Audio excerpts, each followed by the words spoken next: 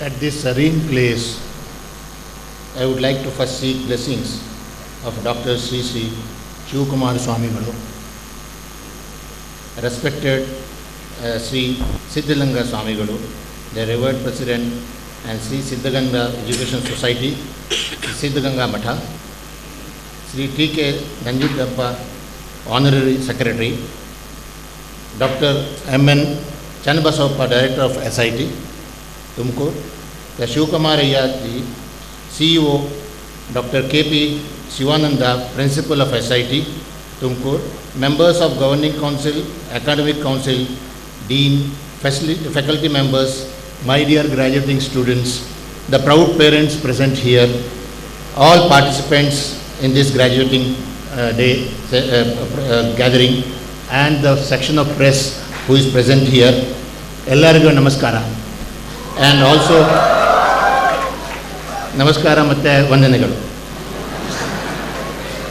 At the outset, I think I would like to thank you for the warm welcome, which is different from what generally I face in this place. I am extremely delighted and honored to be part of this graduation function and graduating from the college in a major milestone in the student's life, after which they are exposed to the beautiful world of challenge and the opportunities for painting the canvas of their life. Students like you raise the reputation of the institution like this and make it great. During next phase of their life, which you I am sure will be doing extremely well as an employee of various organizations, they build the organizations, and also as a citizen of the country, you are also equally responsible to make a powerful nation, which we are looking forward for. When I came to this particular institute in the morning, though it is first time I have come to SIT, I have heard about this institution for quite some time. First thing I was told that you have not given me complete biodata, I do not know where from you have studied. I thought I should cut it down because reading the biodata is listening the biodata is more painful job. I am also a student, a common student like you. I will give slightly some details. I actually studied from a very remote school in somewhere in Madhya Pradesh, where I used to carry cow dung every week to do what you call seganing, to spread the things where we used to study in the primary school. And from there, of course, I did my engineering from Jabalpur Engineering College and whatever subsequently which has followed here. So why I remember this is, when I did my PhD from BHU, my professor asked me whom you would like to dedicate it to. That time I gave a thought, what exactly I should do and what exactly I should put there. Then I thought the best thing is, I have put my PhD thesis dedicated to gurus. I said gurus. The reason for that, I think somewhere here now they have said, guru, when you say as a human beings, the first and foremost guru for all of us is nothing but the mother. Because the mother who teaches you the first lesson. Maybe after that the father, then the friends, the teachers whom you actually go through during schooling time, maybe to college days like this, the gurus who are present here, and subsequently your own bosses, your own colleague, everybody in the part of life whom you get some lesson is a guru for my sake. And that is where I think we should be always grateful to the gurus whom you have come across in your life, and as long as you are grateful to them, I am sure you will do very well. Today, you must feel proud to having achieved a major milestone in your life.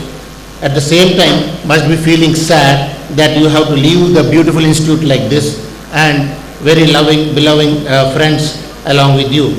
Always cherish the moment you have lived here, as the experience and knowledge you have gained here and would serve as a building block for the better and futuristic tomorrow for you. Make the maximum out of each and every moment in your life as a learning in the eternal process. As I stand here amongst you, my mind fills with emotions and memories of my student days at the college and the journey I have brought through me to this podium, share my experiences and learning in my life.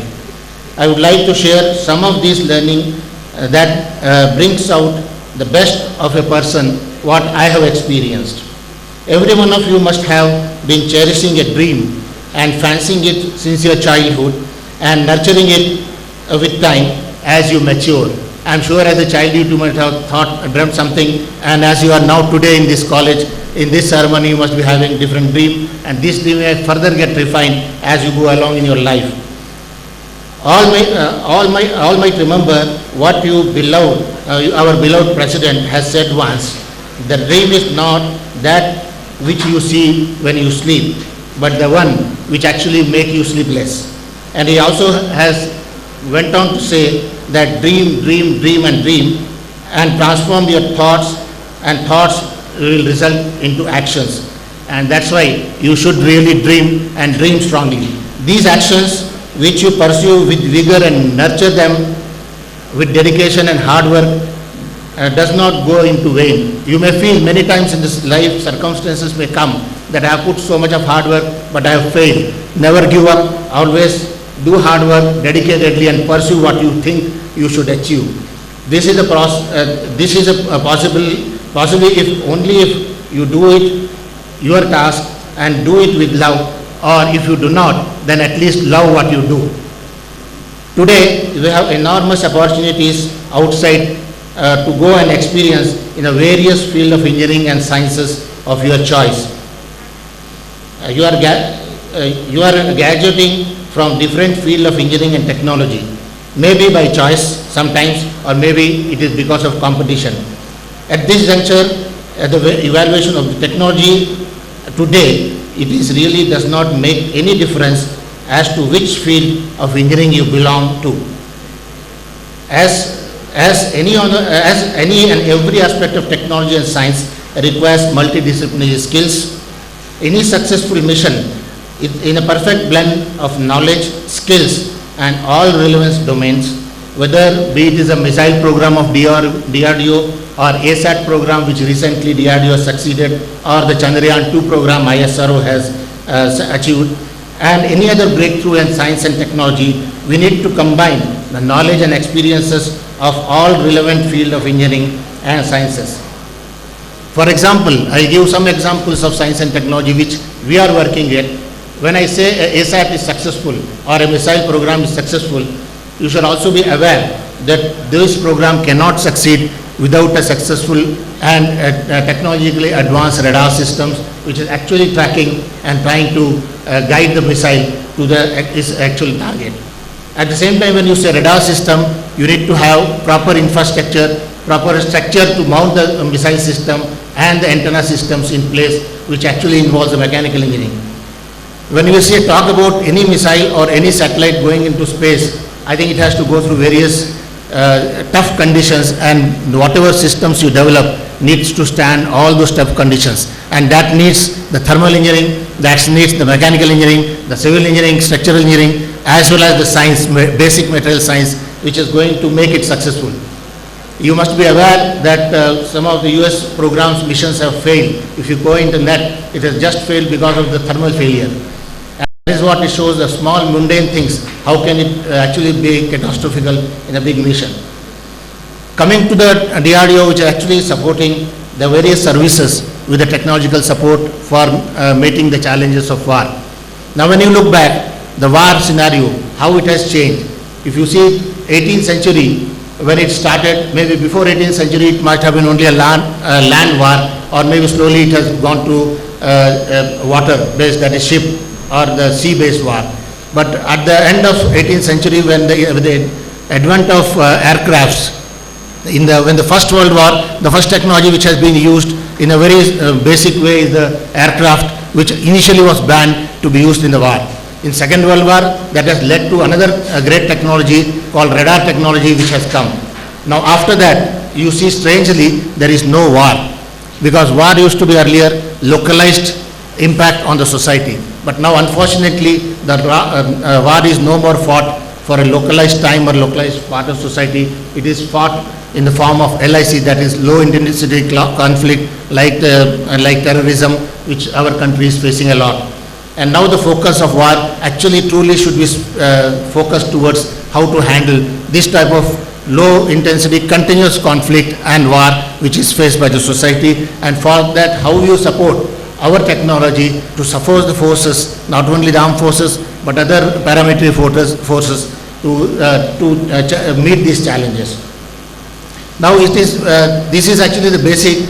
I think you know that there are three basic dimensions of services, which is land-based, sea-based, and of course air-based. Now recently it is added with the advent of A-STAR program, the space-based war, which is likely to happen shortly, or maybe it may or may not happen. But one thing is for sure, with the development of Internet of Things, development cyber and development of IT technologies, one thing is for sure, that next war which is going to be will be cyber war. And cyber war is like a silent killer. And with this, if we are not really advanced and totally indigenous in this area, we are likely to face a massive problems in future. And that's where I said that when you say IT or computer science technology, it actually again cuts across. For example, if you say AI goes across all the fields of engineering, and anywhere people want to do anything and excel, they can do it. The basic knowledge gained during this graduation study is just the beginning. All of you surely know that J.C. Bose, the father of wireless microwave communication, has made significant contribution in the area of biological sciences as well, and which is well noteworthy. We have seen through our life and the work of work that it is not bare the facilities which actually makes you succeed. Without having or with bare minimum facilities, if one want to succeed, they can succeed in the life or in science and technology. Some of the example, if you see the old photograph of ISRO, you may see the first satellite which has been launched has been carried with the bullock carts. This is one of the typical example, and today, even today, India is the country which is able to launch the missile with the lowest cost in the world. As a student of this college, you have acquired domain skills in the field of engineering and technology, along with the spiritual values which has been given by Swamiji for your life. To be a winner, it is not sufficient to have alone this knowledge. Winner pursues the learning through their life in spite of all sort of odds and disruptions. Rather, the hurdle strengthens the conviction of to become unique and teach them to play in their own strength, to enhance the strength and build upon them, to be a part of team and to complement the skills of each other, to practice and leverage the collective strength, and to be a passionate and diligent in pursuing what you love. When you love what you do, it becomes smooth sailing for achieving anything. Recently, Chandrayaan 2 is one of the example. You have seen that how it almost failed, but within a week or 10 days, the teamwork and the hard work and the determination has succeeded to launch this Chandrayaan 2 program. And I'm sure with this knowledge, we'll definitely succeed the mission which you have set for the September 1st week. I once again congratulate the students who have excelled in their academic performances. I'd also like to convey to the student who would not perform to the expectations, possibly due to some of the reasons beyond their control, not to get disheartened. As you learn that Chanakya sloka, that ups and downs repeats in cyclic fashion and brings bright future surely awaits to those who are determined to achieve success. Perseverance and hard work that is a fundamental for stone of success. Your quest to conquest and the life starts now.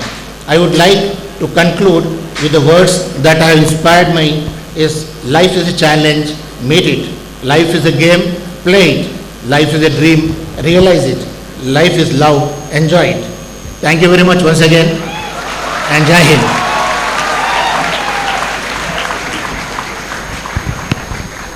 Thank you, sir. I humbly request His Holiness Sri Siddhalinga Swamiji to kindly felicitate our chief guest, Dr. Sudhir Kamath.